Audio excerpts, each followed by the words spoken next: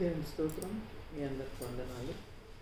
ఈ యొక్క సమయంలో మరొకసారి మనం దేవుని యొక్క వాక్యం ధ్యానించుకోవడానికి ఇచ్చిన సమయాన్ని బట్టి దేవుని స్తుతిస్తున్నాను. దేవునికి స్తోత్రములు. మరి ఇప్పుడు వాక్య భాగం చదువుకున్న తర్వాత మరి ప్రార్థన చేసి మనం ఆరంభం చేసుకుందాం. మార్కు సువార్త 5వ అధ్యాయం 25వ వచనం నుంచి 34 వరకు. మార్కు సువార్త 5వ అధ్యాయం 25వ వచనం నుండి 34 వరకు. 12 ఏళ్ల నుండి రక్తస్రావ రోగము కలిగిన ఒక స్త్రీ ఉండెను. ఆమె అనేక వైద్యుల చేత ఎన్నో తిప్పలు పడి తనకు కలిగినదంతయు వ్యాయామం చేసుకొని ఎంత మాత్రమును ప్రయోజనం లేక మరింత సంకటం పడెను. ఆమె యేసుని గూర్చి విని, నేను ఆయన వస్త్రమును మాత్రము ముట్టినా బాగుపడుదును అనుకొని జన సమూహంలో ఆయన వెనుకకు వచ్చి ఆయన వస్త్రము ముట్టెను. వెంటనే ఆమె రక్తధార కట్టెను గనుక తన శరీరంలోని ఆ బాధ నివారణ అయినదని గ్రహించుకొనెను. వెంటనే యేసు తనలో నుండి ప్రభావము బయలు వెళ్ళనని తనలో తాను గ్రహించి జనసమూహం వైపు తిరిగి, నా వస్త్రమును ముట్టిన దేవరని అడుగగా, ఆయన శిష్యులు జనసమూహంలో నీ మీద పడుచుండుట చూచుచున్నావే, నన్ను ముట్టిన దేవుడని అడుగుచున్నావా అనిరి. ఆ కార్యము చేసిన ఆమెను కనుగొనవలనని ఆయన చుట్టూ చూచెను. అప్పుడు ఆ స్త్రీ తనకు జరిగినది ఎరిగి భయపడి వణుకుచూ వచ్చి ఆయన ఎదుట సాగిలపడి తన సంగతి అంతయు ఆయనతో చెప్పాను. అందుకైన, కుమారి, నీ విశ్వాసము నిన్ను స్వస్థపరచెను, సమాధానము గలదానవై పొమ్ము, నీ బాధ నివారణై నీకు స్వస్థత కలుగునుగాక అని ఆమెతో చెప్పాను. దేవునికి స్తోత్రములు. చిన్న ప్రార్థన చేసుకుందాం. మహోన్నతుడా, మహాగణుడా, శక్తిమంతుడా, నీ పాదాలకు స్తుతి స్తోత్రం నాయన. అయ్యా నా తండ్రి నాయన, మరొకసారి మీ పాద సన్నిధానంలో ఈ రీతిగా ప్రభా వాక్యం ధ్యానించుకోవడానికి నాయన మీరు ఇచ్చిన సమయాన్ని బట్టి మీకు స్తోత్రం చెల్లిస్తున్నాను తండ్రి. దైవమా నాయన, మరి మార్కు సువార్త 5వ అధ్యాయం 25వ వచనం నుండి తండ్రి నాయన మరి కొన్ని వచనాలు నాయన ప్రభా మేము చదువుకున్నాం తండ్రి నాయన. మరి ఈ వాక్యం ధ్యానించిన ఏంటుండగా తండ్రి నన్ను నీ యొక్క శిలో చాటును మరుగుపరిచిన ఆయన తండ్రి. అయ్యా మరి నాయన మాకందరికీ కూడా కావాల్సిన వర్తమానాన్ని మీరు దయచేయండి ప్రభా తండ్రి నాయన. వినగలిగే చెవులు, గ్రహించే హృదయం దయచేయమని అయ్యా నాయన. మరి ఈ యొక్క కార్యక్రమం అంతట్లో మీరుండి మా ద్వారా మీ నామానికి మహిమ, ఘనత, ప్రభావం తెచ్చుకోమని ఈ కొద్ది మనవులు మా ప్రభు నీ ప్రియ రక్షకుడైన యేసయ్య పరిశుద్ధ నామం బట్టి ప్రార్థించి వేడుకుంటున్నాను తండ్రి.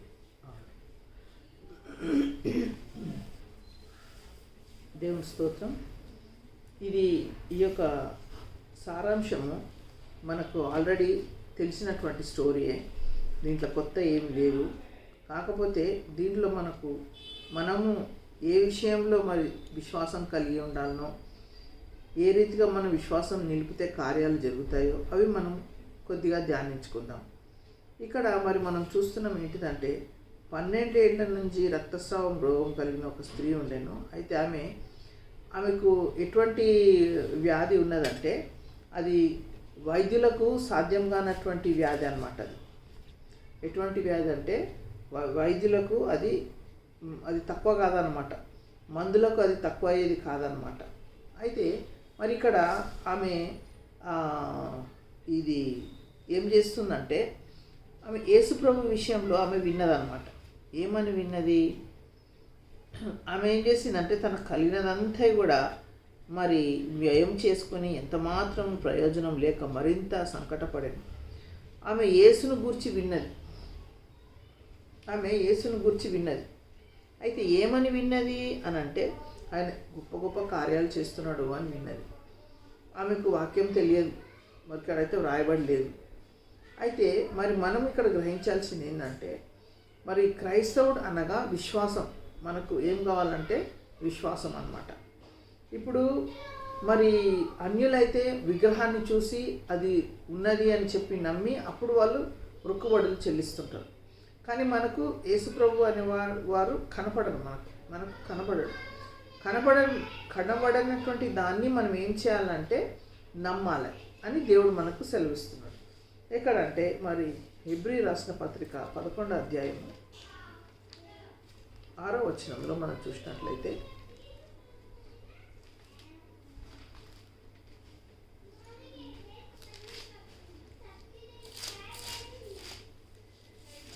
హెబ్రీ రాసిన పత్రిక 11వ అధ్యాయం 6వ వచనం, విశ్వాసం లేకుండా దేవునికి ఇష్టడై ఉండట అసాధ్యం.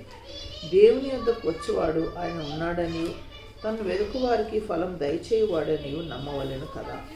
అయితే ఇక్కడ మరి ప్రభు మనకి ఏం సెలవిస్తున్నాడు, ఇక్కడ పౌలు రాస్తున్నాడు అనమాట.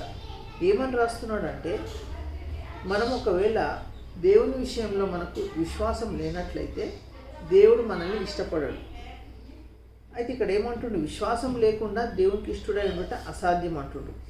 దేవుని యొద్దకు వచ్చేవాడు ఆయన ఉన్నాడనియు, తన్ను వెదుకు వారికి ఫలం దయచేయవాడని నమ్మవలెను కదా అంటున్నాడు.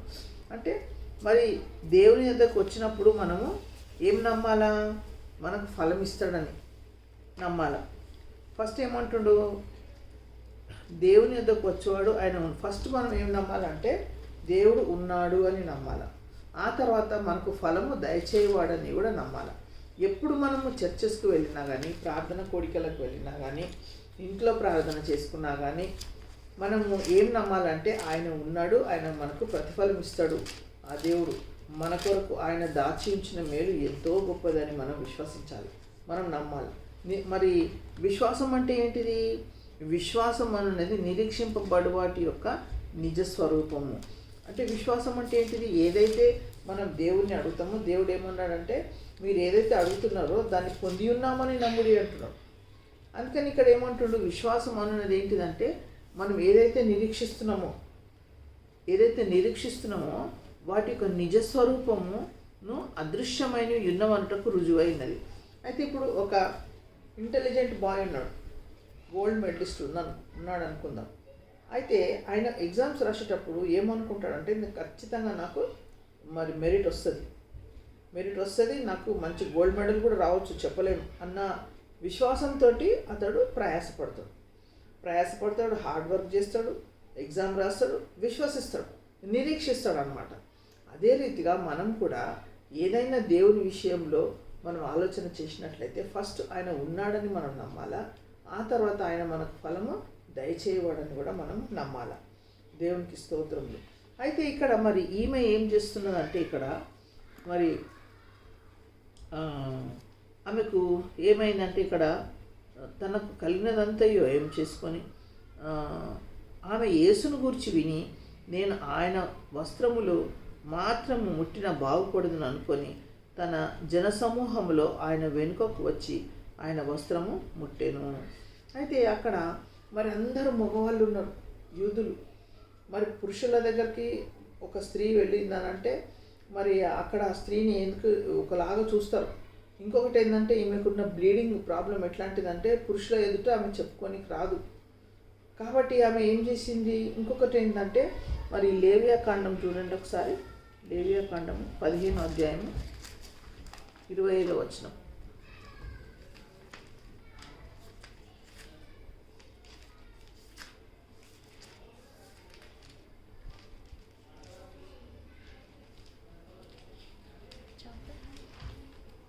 పదిహేను అధ్యాయము 25వ వచనం. ఒక స్త్రీ కడగా ఉండు కాలమునకు ముందుగా ఆమె రక్తస్రావం ఇంకా అనేక దినములు స్రవించినను, ఆమె కడగా నుండు కాలమైన తర్వాత స్రవించినను, ఆమె అపవిత్రత ఆమె కడగా నుండు దినములలో వలనే ఆ స్రావ దినములన్నీ ఉండు, ఆమె అపవిత్రురాలు. అయితే ఈ వాక్యానుసారంగా అప్పుడు ఆ దినాలలో ఇక్కడ అపవిత్రత అని ఉన్నది. అది కూడా ఈమె 12 సంవత్సరాల నుండి ఈమె బాధపడుతూ ఉన్నది. ఆ 12 సంవత్సరాలు ఆమెకు కంటిన్యూస్గా బ్లీడింగ్ అవుతూనే ఉంది. అయితే ఇటువంటి వాళ్ళు ఏంది, అపవిత్రులు అన్నమాట. అంటే ఎవరు మరి సొసైటీలో వెళ్ళలేరు వీళ్ళు. అయితే ఈమెను ఒక అపవిత్రురాలుగానే చూస్తారు. ఇంకొకటి ఏంటంటే, అక్కడ అందరు పురుషులు ఉన్నారు. ఆ పురుషులలో మరి ఎవరికి పోయి చెప్పినా కానీ మరి యేసుప్రభుకి చెప్పాలంటే కూడా అందరి ముందు చెప్పడానికి ఆమె నిరాకరించింది. అయితే ఇక్కడ ఏం చేసింది, అప్పుడు మనసులో ఏమనుకుందంటే ఆమె, మరి యేసుప్రభు యొక్క వస్త్రం మాత్రం ముట్టుకుంటే చాలు, అప్పుడు నేను బాగుపడతాను అని అనుకుందాం అనమాట. అయితే ఆ తర్వాత ఏం చేసింది, జనసమూహములలో ఆయన వెనుకకు వచ్చి ఆయన వస్త్రము ముట్టెను. అయితే ఏం చేసింది, ఆమె డైరెక్ట్గా వచ్చి మరి యేసుప్రభు యొక్క వస్త్రం మాత్రమే ముట్టిందనమాట. ముట్టి వెంటనే ఆమెకు స్వస్థత జరిగిపోయిందనమాట. దేవునికి స్తోత్రములు. అయితే ఇక్కడ మనం ఒకటి గమనిస్తున్నాం ఏంటిదంటే, ఫస్ట్ యేసుప్రభు ఉన్నాడు అని నమ్మింది, యేసుప్రభు శక్తివంతుడు అని నమ్మింది. ఇంకొకటి ఏంది, నాకు కార్యం చేస్తాడు, నేను బాగుపడతాను అని నమ్మింది. నమ్మి మరి నమ్ముట నీ వలనైతే నమ్మువానికి సమస్తం సాధ్యమని అంటున్నాడు దేవుడు. అయితే ఏవి నమ్మాలి మనము, దేవుని చిత్తానుసారంగా మనం ఏదైతే అడుగుతున్నామో అవి మనం పొంది ఉన్నామని మనం నమ్మాలి. నమ్మినప్పుడు దేవుడు మనకి ఏం చేస్తాడు, అవి మనకు అనుగ్రహింపబడుతుంది. అయితే ఒక్కొక్కసారి మనకు ఆలస్యం కావచ్చు, ఒక్కొక్కసారి తొందరగానే ఇవ్వచ్చు దేవుడు, లేకపోతే ఒక్కొక్కసారి ఆలస్యం కూడా కావచ్చు. కానీ ఎట్లా మనం విశ్వసించినా కానీ అది మనకు పొందుకొని మనం ఉంటామన్నమాట. దేవునికి స్తోత్రములు. అయితే ఇంకొకటి ఏమనుకుంటుంది అంటే, ఈమె మరి యేసుప్రభు దగ్గర పోయి నేను ముట్టుకుంటే యేసుప్రభు మరి అన్క్లీన్ అయిపోతాడేమో, అంటే వాళ్ళు ఏమనుకుంటారేమో అని ఆమె బాధపడుతుంటుంది అనమాట. అయితే అప్పుడు అక్కడ ఏమైంది, వెంటనే యేసు తనలో నుండి ప్రభావం బయలు వెళ్ళినని తనలో తాను గ్రహించి జనసమూహం వైపు తిరిగి నా వస్త్రములు ముట్టినదెవరని అడగగా ఆయన శిష్యులు జనసమూహం. అయితే మరి ఇక్కడ ఏం చేస్తుంది, ఆ వస్త్రం ముట్టుకోగానే అక్కడ ఏం జరిగింది, ఆమెకు స్వస్థత జరిగిపోయిందనమాట. జరిగిపోగానే ఇక్కడ ఏమవుతుంది, మరి యేసుప్రభు ఏమంటున్నాడు అంటే, మరి నాలో నుండి ప్రభావం బయలు వెళ్ళేనని దేవుడు ఏం చేస్తున్నట్టే, యేసుప్రభు ఏమంటున్నాడంటే మరి నాలో నుండి ప్రభావం బయటికి వెళ్ళిపోయింది అంటాడు.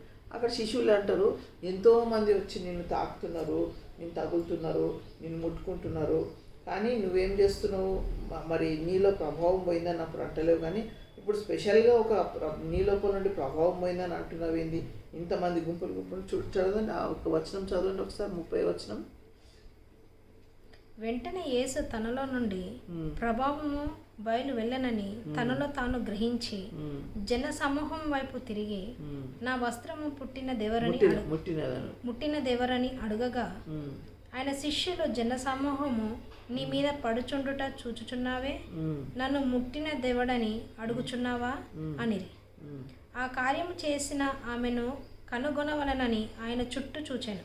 అయితే ఏం చేస్తున్నాడు ఇక్కడ యేసుప్రభు, ఏం చేస్తున్నాడు అంటే, ఆమె బయటికి రావాలా, ఆమె ఏదైతే దేవుని దేవునిలో నుండి ప్రభావం వెళ్ళిపోయింది, ఆమె బయటికి రావాలా, ఆమెకు స్వస్థత జరిగిందని చెప్పాలా అని దేవుడు ఉద్దేశిస్తున్నాడు అనమాట.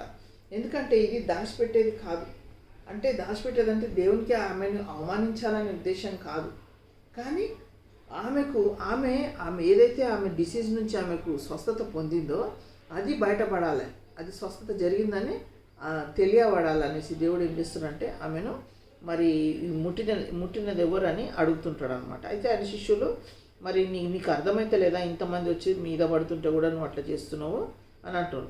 అయితే ఆ కార్యం చేసిన ఆమెను కనుగొనవల్ల ఆమె ఎవరో చూడాలని యేసుప్రభు ఏం చేస్తూ చూస్తుంటాడు అనమాట. అప్పుడు ఆ స్త్రీ తనకు జరిగినది ఎరిగి భయపడి, అప్పుడు ఆ స్త్రీ ఏం చేసిందంటే భయపడ్డదనమాట. భయపడి ఏం చేసింది, మళ్ళీ ముందుకొచ్చింది, ఆయన ఎదుట సాగిలపడ్డది, తన సంగతి అంతయు ఆయనతో చెప్పాను. అయితే అంతా మరి 12 సంవత్సరాల నుండి నేను బాధపడుతున్నాను, మరి నాకు స్వస్థత కాలేదు అని అంతా ఆమె వృత్తాంతం అంతా చెప్పింది అనమాట. అప్పుడు ఏమంటాడు యేసుప్రభు, అందుకు ఆయన, కుమారి, నీ విశ్వాసం నిన్ను స్వస్థపరచెను, సమాధానం గలదాని వైపు నీ బాధ నివారణ నీకు స్వస్థత కలుగుగాక అని ఆమెతో చెప్పాను. అయితే ఆ స్త్రీ తన నమ్మకాన్ని ఏం చేసింది, దాచిపెట్టాలని చూసింది. అయితే దాచిపెట్టాలని చూస్తే యేసుప్రభుకి ఏంటిది, అది ఇష్టం లేదు, యేసుప్రభుకు ఇష్టం లేదన్నమాట. అయితే యేసుప్రభు ఏం చేసిండు, బహిరంగంగా ఆమెను మెచ్చుకొని ఆమెను ఆశీర్వదించాలని యేసుప్రభు అక్కడ కోరుతున్నాడు అనమాట.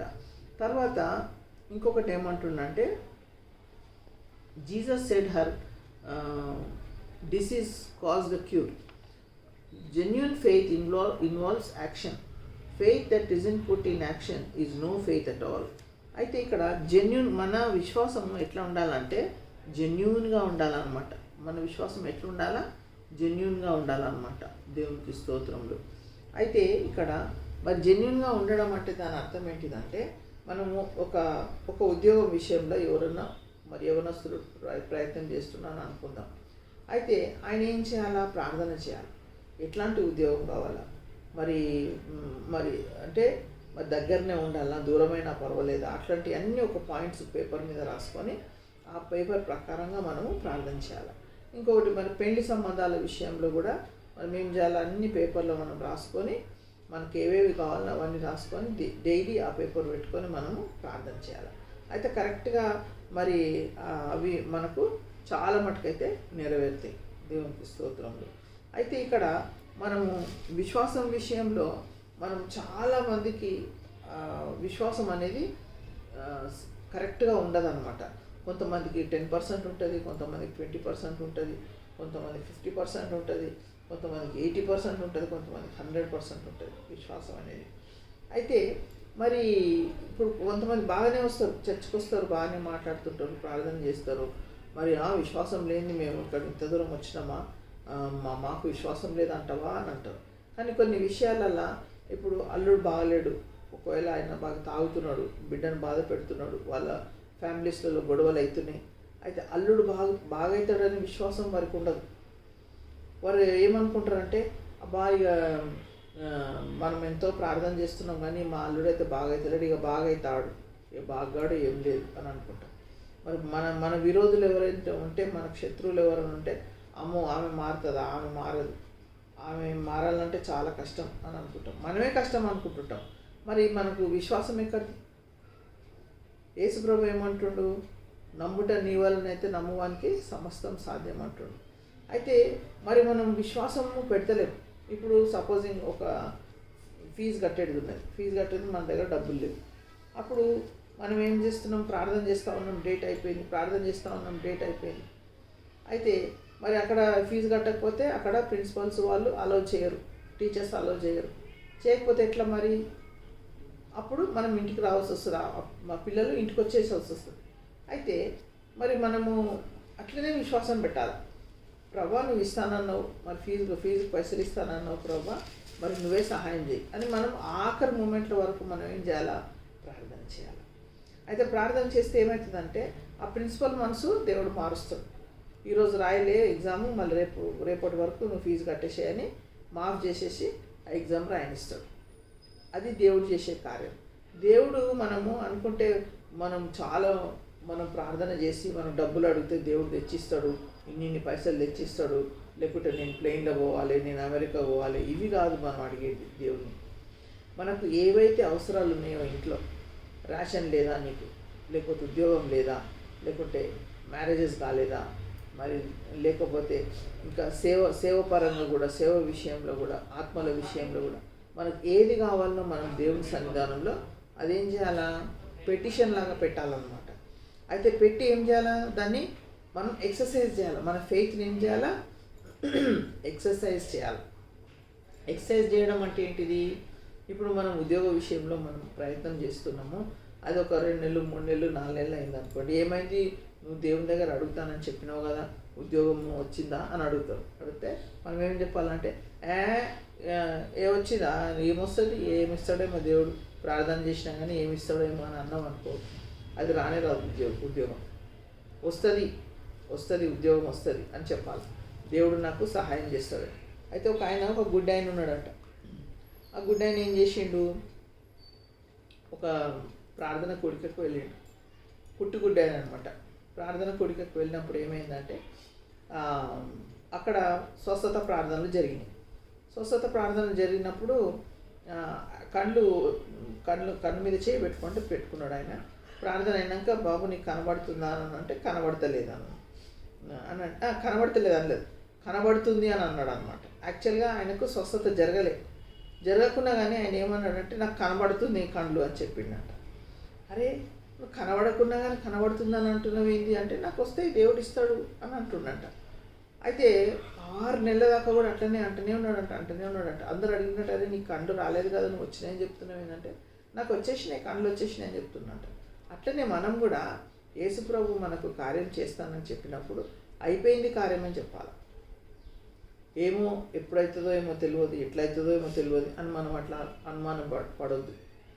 మరి యేసుప్రభు ఇక్కడ ఆమె విషయంలో ఎంతో సంతోషంగా అంటున్నాడు అనమాట. అందుకు ఆయన కుమారి నీ విశ్వాసం నిన్ను స్వస్థపరచను అంటే మనకు దేవుని అద్భుత కార్యం అని మనం అనుకుంటాం, కానీ అక్కడ స్వస్థపరిచింది ఏంటిదంట? విశ్వాసమే ఆమెను స్వస్థపరిచింది. ఆమె యొక్క విశ్వాసమే ఆమెను స్వస్థపరిచింది. మన విశ్వాసమే దేవుని కార్యం అక్కడ జరిగిస్తుంది. అయితే ఆ గుడ్డివాడు ఏం చేసిండు? 6 నెలల దాకా చెప్తానే ఉన్నాడు, కళ్ళు వచ్చినాయి అని చెప్తూనే ఉన్నాడు. అందరూ ఎగతాళి చేసారు, అరే కళ్ళు రాకుండా కళ్ళు వచ్చినాయి అంటున్నాడు వీడు అనేసి. ఒకరోజు మంగళ షాప్లో హెయిర్ కటింగ్కి పోయిండంట. పోయినప్పుడు వాడు హెయిర్ కటింగ్ చేస్తుంటే సడన్గా కళ్ళు వచ్చేసినాయంట. కళ్ళు రాగా నాకు కళ్ళు వచ్చినాయి గట్టిగా వస్తుంది. అదే ఆల్రెడీ నువ్వు ఉన్నాయని చెప్పినావు, మళ్ళీ కళ్ళు వస్తానంటే ఇంతకుముందు ఆత్మలో చూసిన ఇంతకుముందు నేను ఆత్మలో కళ్ళు వచ్చినాయని నేను విశ్వసించి చూసిన. అయితే ఇప్పుడు ప్రాక్టికల్గా నేను చూస్తున్నా, ఫిజికల్ ఐస్కి నాకు చూపు వచ్చింది అని చెప్తుంటాడు అనమాట. చెప్పిండు, నిజంగానే ఆయనకు చూపు వచ్చిందనమాట. అంటే చూడండి, ఇప్పుడు 6 నెలలు ఆయన ఏం చేసిండు? రాకపోయినా కానీ వచ్చింది అని చెప్తున్నాడు అనమాట. అది విశ్వాసం అన్నమాట. అయితే ఇక్కడ మనము యాకోబు పత్రికలో మనం చూసినట్లయితే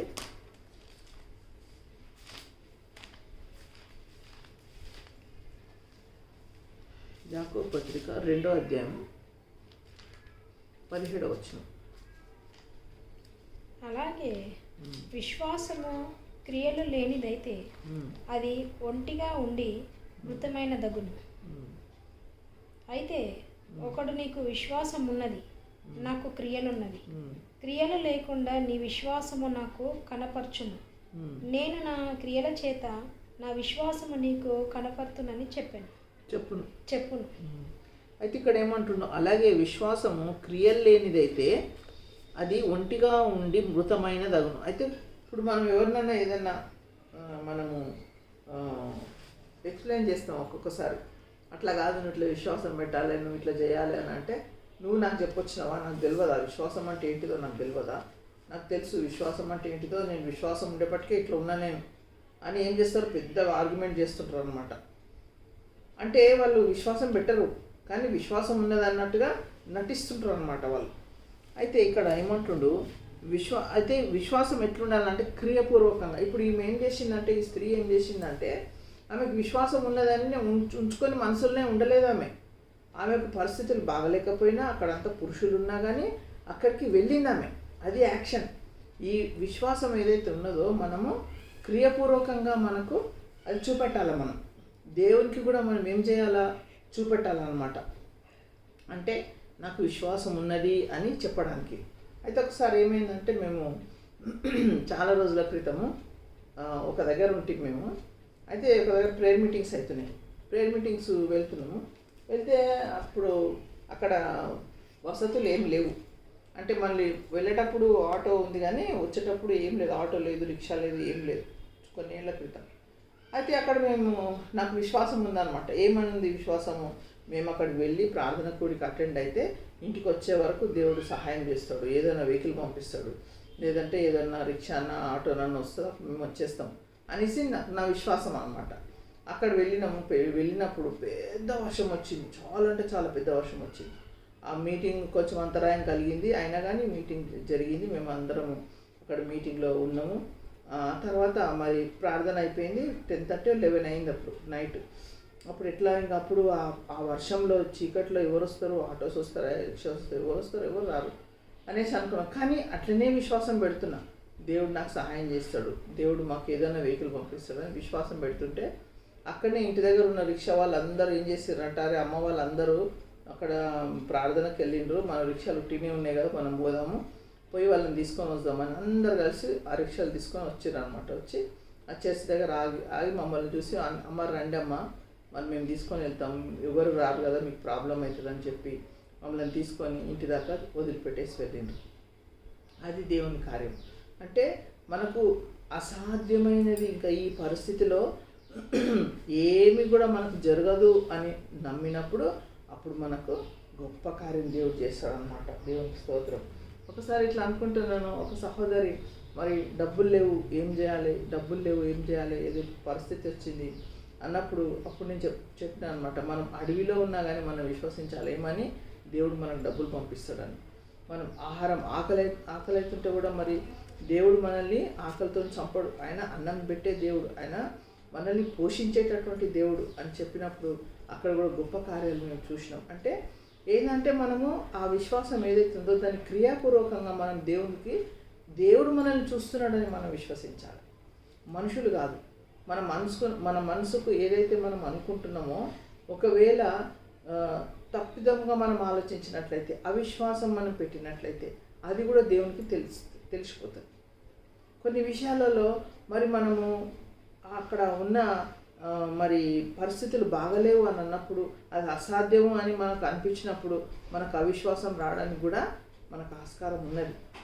అయితే అటువంటి పరిస్థితిలో మనకు అవిశ్వాసం వచ్చిందనుకో, అప్పుడు దేవుడు ఏం చెప్తాడంటే, మరి నీకు అవిశ్వాసం వచ్చిందని దేవుడు మాట్లాడతాడు. నీకు అవిశ్వాసం వచ్చింది, నీకు అవిశ్వాసం తీసేసుకొని పూర్తిగా నా మీద నువ్వు ఆనుకొని దేవుడు మాట్లాడతాడు. కనుక ఇక్కడ మనం విశ్వాసం విషయంలో మరి క్రియలు లేని విశ్వాసం మనకు మృతం అన్నమాట. తర్వాత క్రియలు లేకుండా నీ విశ్వాసం నాకు కనపరచు. ఒకళ్ళకు క్రియ ఉండాలంట, ఒకళ్ళకు విశ్వాసం ఉండాలంట. అట్లయితే మనకు విశ్వాసం అని అంటున్నారు అనమాట. ఏంటిది ఏమని అంటుండంటే, అయితే ఒకడు నీకు విశ్వాసం ఉన్నది, నాకు క్రియలు ఉన్నాయి. ఒకరికి విశ్వాసం ఉందంట, ఒకరికి క్రియ ఉన్నదంట. క్రియలు లేకుండా నీ విశ్వాసం నాకు కనపరచుము. అయితే ఇప్పుడు నీ క్రియ ఉంది, నాకు విశ్వాసం ఉంది. అయితే క్రియలు లేకుండా నువ్వు నాకు కనపరచుము అంటాడు. అంటే ఇక్కడ సింపుల్గా చెప్పాలంటే ఏంటిదంటే, విశ్వాసం అన్న ఉండాలి, క్రియనన్న ఉండాలని చెప్పడం అన్నమాట. ఇక్కడ అట్లా కుదరదు. ఇక్కడ ఏముండాలా, విశ్వాసం ఉండాలా, క్రియ ఉండాలి, రెండు ఉండాలి. నీకు విశ్వాసం ఉన్నది, నాకు క్రియ ఉన్నదంటే అక్కడ దేవుడు అది ఒప్పుకోడు. నీకు విశ్వాసం ఉన్నప్పుడు తప్పకుండా క్రియ కూడా ఉండాలన్నమాట. దేవునికి స్తోత్రములు. అయితే దేవుడు ఒక్కడే అని నీవు నమ్ముచున్నావు, అలాగూ నమ్ముట మంచిదే. దయ్యములు కూడా ఏం చేస్తున్నాయి, నమ్మి వణుకుతున్నాయి. వ్యర్థుడా, క్రియలు లేని విశ్వాసము నిష్ఫలమైనదని తెలుసుకొనగోరుచున్నావా? అయితే మరి క్రియలు లేనటువంటి విశ్వాసము నిష్ఫలమైనది అనమాట, అంటే వేస్ట్ అనమాట అది. కాబట్టి మనము ఏం చేయాలా, మరి మన పితరుడైన అబ్రహాము తన కుమారుడైన ఇస్సాకును బలిపీఠం మీద అర్పించినప్పుడు అతడు క్రియల వలన నీతిమంతుడని తీర్పు పొందలేదా? అయితే అబ్రహాము నీతిమంతుడు. ఆ నీతి అబ్రహాం ఏం చేసిండు ఇక్కడ చూడండి, మళ్ళీ ఒకసారి చదవండి. అది 21వ వచనంలో మన పితరుడైన అబ్రహాము తన కుమారుడైన ఇస్సాకును బలిపీఠం మీద అర్పించినప్పుడు అతడు క్రియల వలన నీతిమంతుడని తీర్పు పొందలేదా? అతడు క్రియల వలన నీతిమంతుడని తీర్పు పొందిన ఎవరు? అబ్రహాం. విశ్వాసము అతని క్రియలతో కూడి కార్యసిద్ధి కలుగచేసననియు క్రియా మూలముగా అతని విశ్వాసము పరిపూర్ణమైనదనియు. అబ్రహాము విశ్వాసం ఎట్లున్నదంటే పరిపూర్ణంగా ఉన్నది, 100% ఉందన్నమాట. మన విశ్వాసం మీద ముందే ఇందాక చెప్పినా నేను ఏమని, కొందరికి ఏముంటుంది 20%, 30%, 40%, 50%, 70%, 90% ఉంటుంది, 98% ఉంటుంది. కానీ 100% అబ్రహాంకి ఎట్లా ఉన్నదంట, 100% విశ్వాసం ఆయనకు ఉన్నదన్నమాట. తర్వాత కాబట్టి అబ్రహాము దేవుని నమ్మెను, అది అతనికి నీతిగా ఎంచబడెను. అబ్రహాం ఏం చేసిండు, దేవుని నమ్మెను, అది అతనికి నీతిగా ఎంచబడెను అని లేఖనము నెరవేర్చబడెను. మరియు దేవుని స్నేహితుడని అతనికి పేరు కలిగింది. అయితే ఫస్ట్ మనకు ఏముండాలంటే నమ్మకం ఉండాలన్నమాట. నమ్మకం, విశ్వాసం. ఇప్పుడు బైబిల్లో మనం చూసినట్లయితే విశ్వాసం plays a very important role in the lifes of prophets, in the lifes of believers. ఇప్పుడు అబ్రహాము దేవుని నమ్మెను, అది అతనికి నీతిగా ఎంచబడింది. అయితే ఎప్పుడైనా మన నమ్మకము చెక్కు చెదరకుండా ఉండాలి. మనకి ఏ పరిస్థితి వచ్చినా కానీ మనకు భయంకరమైన పరిస్థితులు, తుఫాన్లు రావచ్చు, రోగాలు రావచ్చు, డబ్బులు పోవచ్చు, ఎన్ని వచ్చినా కానీ దేవుని మీద మనం నమ్మకం మాత్రము చెదరకుండా ఉండాలన్నమాట. దేవునికి స్తోత్రం. ఒక 2 చరణాలు పాడి నేను ముగిస్తాను. అనురాగ దేవుడు, ఆనంద దేవుడు, అందరినీ ఒకే రీతిగా ప్రేమించే దేవుడు యేసు, మనల ప్రేమించే దేవుడు యేసు. ఆహాహా ఆహాహా ఓహో. మూగియున్న జనములలో ముందు చేరితి, నే దాగి దాగి ప్రభుని వస్త్ర చెంగు తాకితి. మోగియున్న జనములలో ముందు చేరితి, నే దాగి దాగి ప్రభుని వస్త్ర చెంగు తాకితి. ఆగిపోయెను నా రక్తధారలు, ఆగిపోయెను నా రక్తధారలు, నే సాగిపోదును నా ప్రభుని వెంబడి, నే సాగిపోదును నా ప్రభుని వెంబడి. ఆహాహా ఆహాహా ఆహాహా ఓహో. ఏడ్చి ఏడ్చి కన్నీళ్లతో కాళ్ళు కడిగితి, నా ముచ్చటైన కురులతో కాళ్ళు తుడిచితి. ఏడ్చి ఏడ్చి కన్నీళ్లతో కాళ్ళు కడిగితి, నా ముచ్చటైన కురులతో కాళ్ళు తుడిచితి. ముద్దు పెడితిని పరిశుద్ధ పాదముల్, ముద్దు పెడితిని పరిశుద్ధ పాదముల్, నా పాపములన్నీ క్షమించినప్పుడు, నా పాపములన్నీ క్షమించినప్పుడు. ఆహాహా ఆహాహా ఆహాహా ఓహో. అనురాగ దేవుడు, ఆనంద దేవుడు, అందరినీ ఒకే రీతిగా ప్రేమించే దేవుడు యేసు, మనల ప్రేమించే దేవుడు యేసు, మనల ప్రేమించే దేవుడు యేసు. కనుక మరి ఈ స్త్రీ, రక్తస్రావం గల స్త్రీ, ఆమె స్వస్థత పొందుకున్నది దేవుని దగ్గర. ఎట్లా పొందుకున్నది? ఆమె విశ్వాసం ఉన్నది, ఆమెకు క్రియ ఉన్నది. దేవుని నమ్మింది, అది ఆమెకు నీతిగా ఎంచబడింది, ఆమె ఆశీర్వదింపబడింది. మరి మనం విశ్వాసం అంటే మన విశ్వాసం ఏ రీతిగా ఉందో మనల్ని మనం పరీక్ష చేసుకోవాలి. ఇప్పుడు మన సొంత విషయంలో, మన కుటుంబ విషయంలో, భర్త విషయంలో, భార్య విషయంలో, పిల్లల విషయంలో మరి ఎంతవరకు మనం విశ్వాసం పెడుతున్నాం? మరి అందరూ కూడా రక్షణ పొందినరా? మరి మనం క్రైస్తవులుగా ఉన్నాము. మరి క్రైస్తవులైనా క్రైస్తవేతరులైనా ఎవరైతే మరి విశ్వాసం పెట్టి మరి దేవుని దగ్గర ప్రార్థన చేస్తున్నారో మరి ఎంతవరకు మనము దేవుని మీద విశ్వాసం పెట్టినాం? మన పిల్లల విషయంలో, భర్త విషయంలో, బంధువుల విషయంలో, మన విషయంలో మరి దేవుని మీద నమ్మకం లేనట్లయితే మనం కార్యాలు చూడలేం అని మరి ఇది మనకు తెలియజేస్తున్నది. దేవునికి స్తోత్రం. మరి కొద్ది మాటలు నేను దేవుని వాక్య నిమిత్తమై మరి మనల్ని దేవుడు దీవించిన గాక. ఆమేన్. ప్రార్థన చేసుకుంటాం. స్తోత్రం నాయనా, స్తోత్రం స్తోత్రం స్తోత్రం తండ్రి. పరిశుద్ధుడా, నీ పాదాలకు స్తుతి స్తోత్రములు నాయన. అయ్యా మరి ఇంతవరకు నా ప్రభు మరి రక్తస్రావం గల స్త్రీని మా ముందు ఉంచినావు తండ్రి, నీకు స్తోత్రం నాయన. మరి ఆమె ఎంతగానో నాయన మరి నేను నమ్మింది ప్రభా, నీ అందు విశ్వాసం ఉంచింది ప్రభా. మరి నాయన ఆమె విశ్వసించింది క్రియపూర్వకంగా నాయన. మరి నీ సన్నిధికి వచ్చి నీ యొక్క వస్త్రం చెంగు ముట్టుకొని ఆమె బాగుపడ్డది నాయన. మరి మాకు కూడా నాయన అలాంటి విశ్వాసం నాయన ప్రతి విషయంలో మీరు మాకు అనుగ్రహించమని నాయన, విత్తబడిన వాక్యం నీరు కట్టి ఫలింప చేయగలరని ఈ కొద్ది మనవులు మా ప్రభు నీ ప్రియరక్షకుడైన యేసయ్య పరిశుద్ధ నామం బట్టి ప్రార్థించి వేడుకుంటున్నాను తండ్రి. ఆమేన్.